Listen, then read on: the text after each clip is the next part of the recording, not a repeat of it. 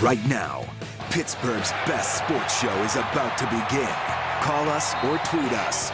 We've got things to talk about on the Ireland Contracting Nightly Sports Call.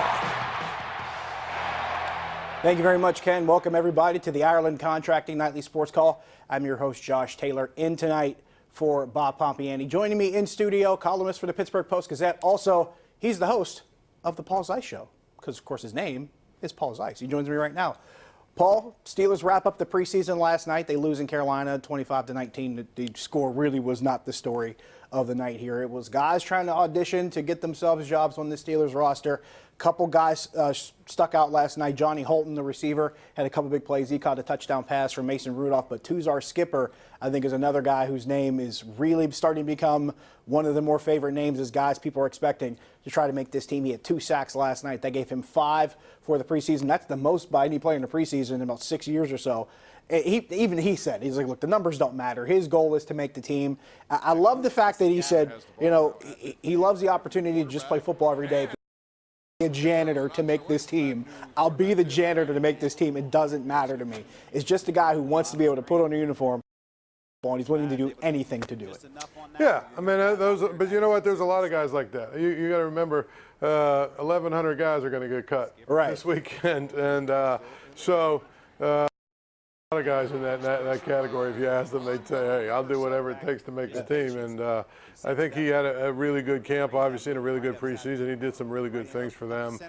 It really, a lot of times, comes down to a numbers game. It really does with a lot of these guys, and they unfortunately can only keep so many guys at each position. So some good players are going to go. And then here's the other thing: some will think they make the team, and then Saturday night, the Steelers will scour the waiver wire and see, oh, what, this guy was let go and this guy was let go. Let's pick those 2 guys up, which means 2 guys that thought they made the team will not make the team. If I had to give you a name of one player whom you might think is a surprise that won't make the team, because we talk about guys who have a shot at making the team. If there's one guy who might have been there from last season who might not be there this time at 4 o'clock tomorrow, who might it be? I'll give you 2. Okay. I'll give you 2. And one probably isn't that much of a surprise, but Xavier Grimble. I mean, okay. I mean, I don't know, a lot of people would argue. I would be willing. I'm saying that's why it's not that much of a surprise. I'd be willing to bet they go out and try and sign another tight end from someone cut. You and I both expect as much. And then Eli Rogers, I think, is probably going to be the odd man out there. Yeah. Wow. And there's been some interesting performances. We talked about Johnny Holton and the performance that he's had. But it is a situation where there are names on this depth chart for wide receiver that you might not see on the roster that we've known for a couple of years now. It could come to that point. And the same thing with cornerback. That could be another reality of guys we've seen for a couple of years now that might not be on this team come tomorrow. Yeah, that's what happens. I mean, that's the business, so to speak. And right. You know, there will be a few guys that probably are veteran guys that don't make the team, but. You know, I don't know that there'll be that many great surprises. I mean, if Eli Rogers doesn't make the team, is that really that much of it? It's a surprise, but not that big of a surprise. And, you know, Xavier Grimble, I mean, the tight ends were not very good this entire preseason. And Mike Tomlin alluded to it as much. He said he needed to see more from the tight end position. I don't think he saw more last night that satisfied him. No, I mean, they had 1 catch for 1 yard, I think, right? Was that the total, you know, and they got the rookie. They're not going to cut him. Yeah, Gentry. So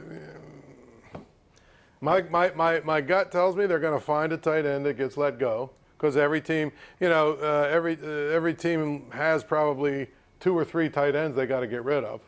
So you figure, you know, 60, 70 tight ends are going to go on the market here in the next 24 hours. 1 or 2 of them have to be an upgrade. And the tight end position is one now where, you know, you can't put them all in one box. There are some tight ends that do this, some that do that, some that are just guys that catch, some that are just guys that block, some that do a little bit of both. So you are going to have a weird kind of eclectic mix of tight ends that are available. Yeah, no, absolutely. I mean, you'll have your pick of a lot of different guys. So, I mean, that's, you know, the interesting thing will be Josh Dobbs. I mean, do they work out a trade? Maybe someone gives them a 5th or 6th round pick for him, or, you know, do they just decide they're going to go with three quarterbacks? Let me ask you a question. If you could pick one, and this is going to seem kind of facetious, but I got to ask the question. If you could pick amongst this group, would it be Josh Dobbs, Brandon Wheaton, I'm thinking some of the other names that we saw of guys that got an opportunity. They called Matt Castle, who's been in and out for a while. Guys that had opportunities with Indianapolis to audition for that backup quarterback role. You'd take Dobbs over that group, right? Yeah, I mean, I'd have to see the entire group, but the names aren't exactly inspiring that you threw out there. Definitely Brenton Wheaton's on that list, and definitely Matt Castle's on that list. I can't remember who the third. I used to call him back just because, he's ran like those Hasselback, the one Hasselback was good. There was like about 6 of them, wasn't there? Yeah. One of them was actually pretty good. The other 2 or 3 of them were not. They were all Matt Castle or, all of the Brandon Whedon, The funny thing is Brandon Whedon was already in like his mid to late 20s when he came into the league, and it's been a while since he's actually had a shot, and now he's been called. He's like Chris. It makes no sense. Yeah, he's like Chris Winkie, was like. Oh, exactly. He was 91 years old when he came in. You got Methuselah coming in to audition for quarterback. We got to take a break. We come back. We'll take some phone.